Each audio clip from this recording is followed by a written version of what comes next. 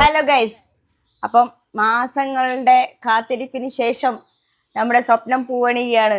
അതെ, ഞങ്ങളൊരു ചെറിയ ട്രിപ്പിൽ നിന്ന് സ്റ്റാർട്ട് ചെയ്തതാണ്. പക്ഷെ അതിപ്പോ ഞങ്ങൾ വേറൊരു ഡെസ്റ്റിനേഷൻ, അതായത് ഞങ്ങളുടെ ലൈഫിൽ തന്നെ ഏറ്റവും നല്ല ആദ്യം തീരുമാനിച്ച ഡെസ്റ്റിനേഷൻ എവിടെയായിരുന്നു? വർക്കല. അതെ, വർക്കലയിൽ നിന്ന് നമ്മൾ എവിടെ എത്തി? തായ്ലാൻഡ്.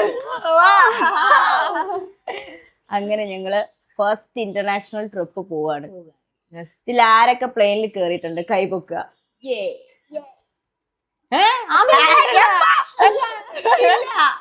ആകെ ഇവള് മാത്രമേ പോയിട്ടുള്ളൂ ഗൈസ്. ഇങ്ങനെ തൂങ്ങി നിക്കാൻ പോയിട്ടുണ്ട്. ഞാൻ എയർപോർട്ട് പോലും കണ്ടിട്ടില്ല ഗൈസ്.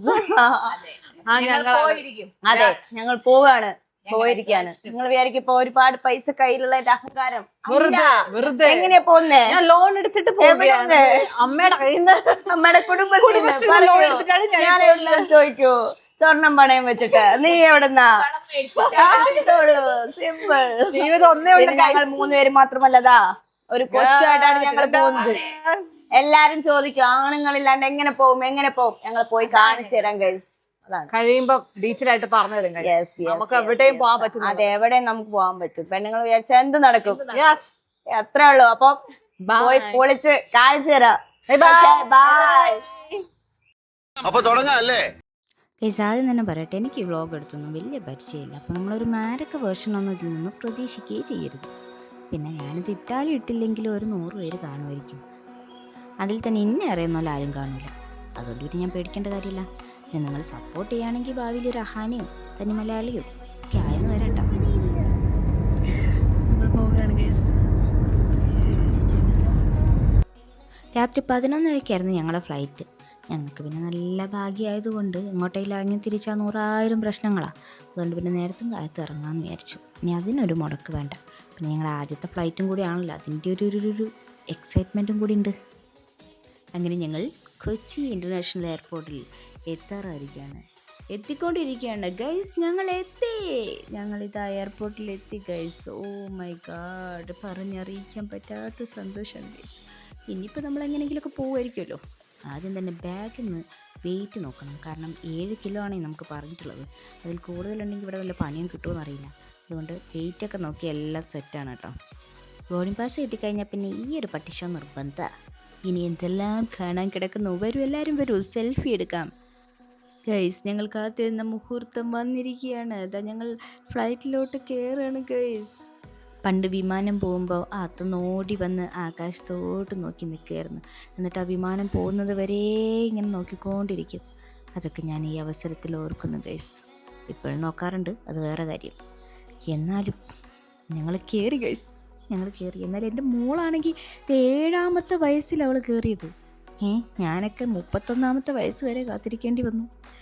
കണക്ഷൻ ഫ്ലൈറ്റ് ആയിരുന്നു ഗൈസ്. അങ്ങനെ ഞങ്ങൾ ബാങ്കോക്കിലിറങ്ങിയിട്ട് അവിടെ നിന്നൊരു ബസ്സൊക്കെ അടുത്ത ഫ്ലൈറ്റിലോട്ട് കയറാനായിട്ടൊരു ബസ്സിലാണ് ഞങ്ങൾ പോയത്. നല്ല രസമുണ്ടായിരുന്നു കേട്ടോ. അങ്ങനെ ഞങ്ങൾ അടുത്ത ഫ്ലൈറ്റിന് വേണ്ടി പോവുകയാണ്. മറ്റത് നമ്മൾ രാത്രി കയറിയത് കാരണം ഒരുപാടൊന്നും കാണാൻ പറ്റില്ല. അടുത്ത ഫ്ലൈറ്റിൽ നമുക്ക് തകർക്കാം ഗൈസ്. നിങ്ങളിത് വിശ്വസിക്കുമെന്ന് എനിക്കറിയില്ല.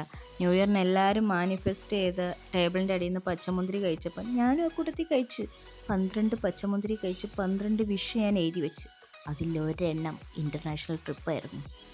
പക്ഷേ ഗൈസ്, അതെങ്ങനെ സംഭവിച്ചെന്ന് എനിക്കറിയില്ല. അപ്പോൾ ഇതിലെന്തോ കാര്യമുണ്ടെന്ന് നിങ്ങൾക്ക് മനസ്സിലായില്ലേ? അപ്പോൾ എല്ലാവരും ഒന്ന് ട്രൈ ചെയ്ത് നോക്കട്ടോ. നമുക്ക് വലിയ നഷ്ടമുള്ള കേസൊന്നുമല്ലല്ലോ, ഒരു 12 മുന്തിരിയുടെ കേസല്ലേ ഉള്ളൂ. എല്ലാവരും ട്രൈ ചെയ്ത് നോക്കട്ടോ. നടന്നാലോ ഇല്ലെങ്കിൽ ഞാനൊക്കെ സ്വപ്നത്തിൽ പോലും വിചാരിച്ചല്ല ഇതുപോലെ സ്വർണ്ണം പണയം വെച്ച് ട്രിപ്പ് വരുമെന്നൊന്നും. അപ്പോൾ എനിക്ക് ഒന്നേ പറയാനുള്ളൂ ഗൈസ്, നിങ്ങൾ പണം കുറേ ഉണ്ടായിട്ടോ കൂട്ടി വെച്ചിട്ടൊന്നും ഒരു കാര്യമില്ല. നമ്മൾ എക്സ്പ്ലോർ ചെയ്യാനുള്ള സമയത്ത് എക്സ്പ്ലോർ ചെയ്യുക. ഭാവിയിൽ ഇനി കുറേ കഴിഞ്ഞിട്ടെല്ലാം സമ്പാദിച്ചെല്ലാം കഴിഞ്ഞിട്ട് പോകാമെന്ന് വിചാരിച്ചാൽ അന്ന് കാലുവേദന, കൈവേദന, നടുവേദനയൊക്കെ ആയിരിക്കും.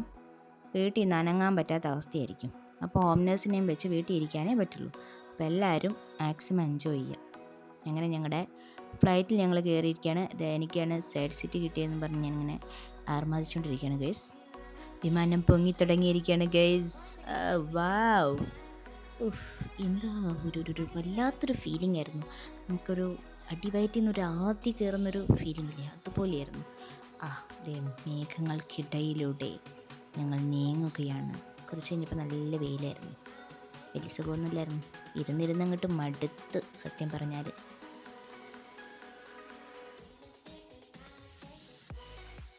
ഫുക്കറ്റ് എത്തിയിരിക്കുകയാണ് ഗേഴ്സ്. ഞങ്ങൾ പെട്ടിയും കിടക്കയായിട്ട് നടന്ന് നീങ്ങുകയാണ്. നമ്മുടെ സാരഥിയെ നമ്മൾ കണ്ടുപിടിക്കണം.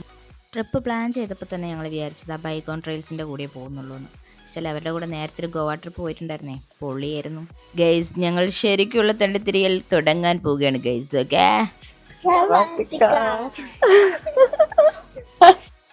ഈ മൊട്ടച്ചേട്ടനാണ് ഗൈസ് നമ്മുടെ സാരഥി.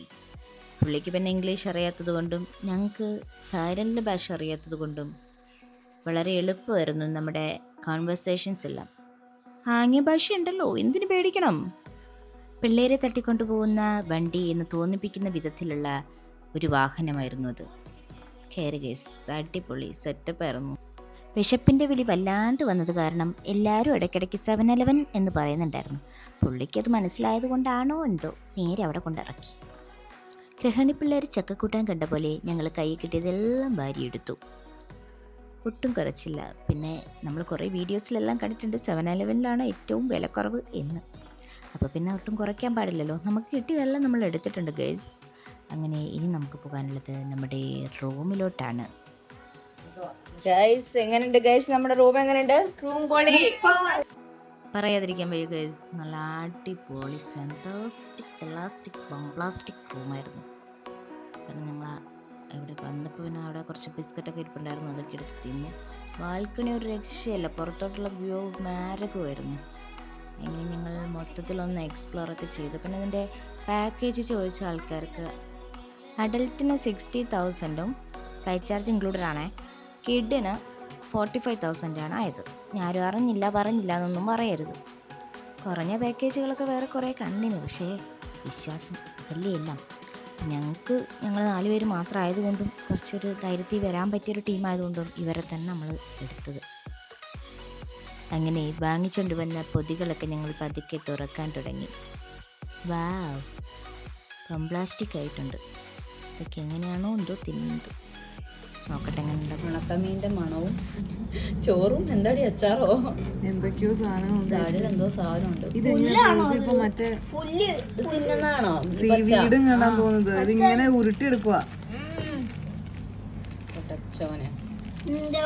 വിനീത തന്നെ തിന്നേണ്ടി വരും മിക്കവാറും. അങ്ങനെയല്ല ഗൈസ്, ഇതിൽ എന്തോ ഒരു പരിപാടി ഉണ്ട്.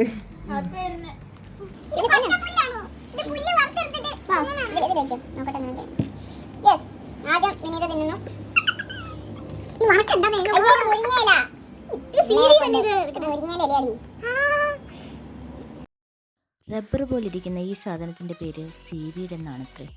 യാതൊരുവിധ ടേസ്റ്റ് ഇല്ലെങ്കിലും നമ്മൾ കൊള്ളാന്നേ പറയാവുള്ളൂ. നമ്മുടെ പാക്കേജിൽ ഇല്ലാത്തൊരു സ്ഥലത്തോട്ടാണ് ഞങ്ങളിന്ന് തെണ്ടാൻ പോകുന്നത്. വേറെ എവിടെയല്ല ഗൈസ്, ഓൾഡ് ഫുക്കറ്റ് ടൗൺ. അങ്ങനെ ഇൻസ്റ്റയിലൊക്കെ ഒരുപാട് റീൽസൊക്കെ കണ്ടിട്ടുള്ള ഒരു സ്ഥലമാണ്. അപ്പം ഒന്നും നോക്കിയില്ല, അവിടെ എന്തായാലും വെച്ച് പിടിക്കണം തോന്നി. ഞങ്ങൾ ഗൂഗിളിൽ സെർച്ച് ചെയ്തപ്പോഴത്തേക്കും വലിയ ദൂരമൊന്നുമില്ല. അങ്ങനെ ഞങ്ങളൊരു ഗ്രാബ് വിളിച്ച് ഞങ്ങൾ എന്നെ അങ്ങോട്ട് പുറപ്പെട്ട് പോവുകയാണ്. വണ്ടി ഏതും ആവട്ടെ കയറിയപാട് കിടന്നുറങ്ങാന്നുള്ളത് ഞങ്ങൾക്കൊരു ശീല. അങ്ങനെ ഞങ്ങൾ തെണ്ടുകയാണ് ഗൈസ്. എന്തിനാണെന്ന് ചോദിക്കൂ.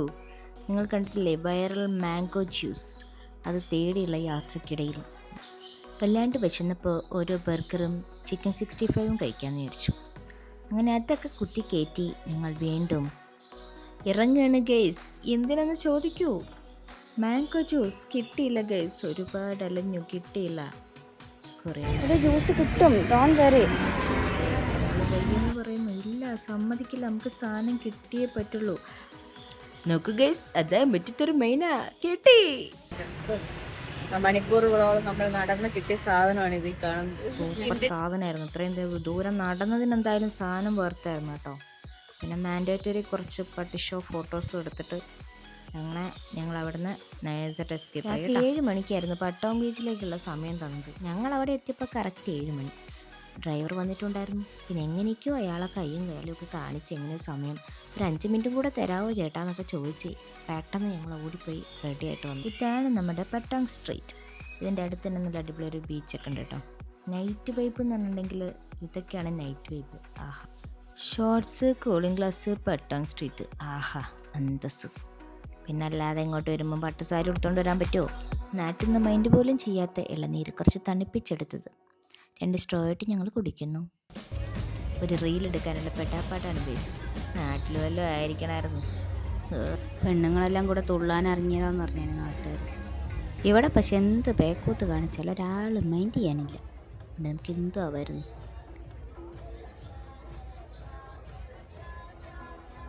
വീണ്ടും വിശപ്പിൻ്റെ വിളി എത്തിയിരിക്കുന്നു ഗൈസ്. വല്ലതും തിന്നാൻ കിട്ടുമോ നോക്കട്ടെ. അങ്ങനെ ഞങ്ങൾ തെണ്ടുകയാണ്. കിട്ടി. ഇതാണ് മാംഗോ സ്റ്റിക്കി റൈസ്. എങ്ങനെയുണ്ട് നോക്കട്ടെ. ഇനി പറയരുത്. ഒരു കഷ്ണം എടുത്ത് തിന്നെ നോക്കട്ടെ എന്താ അവസ്ഥ. ഞാൻ തന്നെ നോക്കണം. നോക്കാണ്ടൊക്കെ നോക്കാം.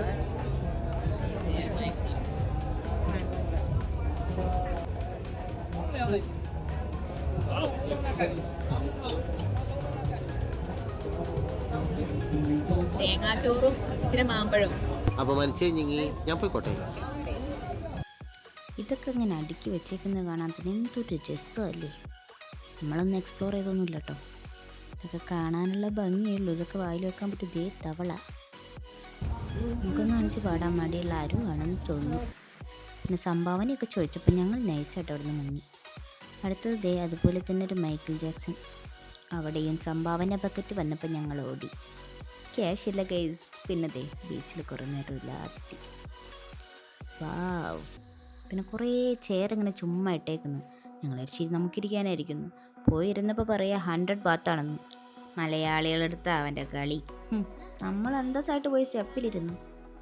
വേണം അങ്ങനെ കുറച്ച് നേരം അവിടെയൊക്കെ ഇങ്ങനെ ഉലാത്തി തെക്കോട്ടും വടക്കോട്ടും നടന്ന് പിന്നെ നേരെ റൂമിലേക്ക്. അപ്പോൾ ഇതിൻ്റെ ബാക്കി ഭാഗങ്ങൾ അടുത്ത ദിവസം. Okay, bye.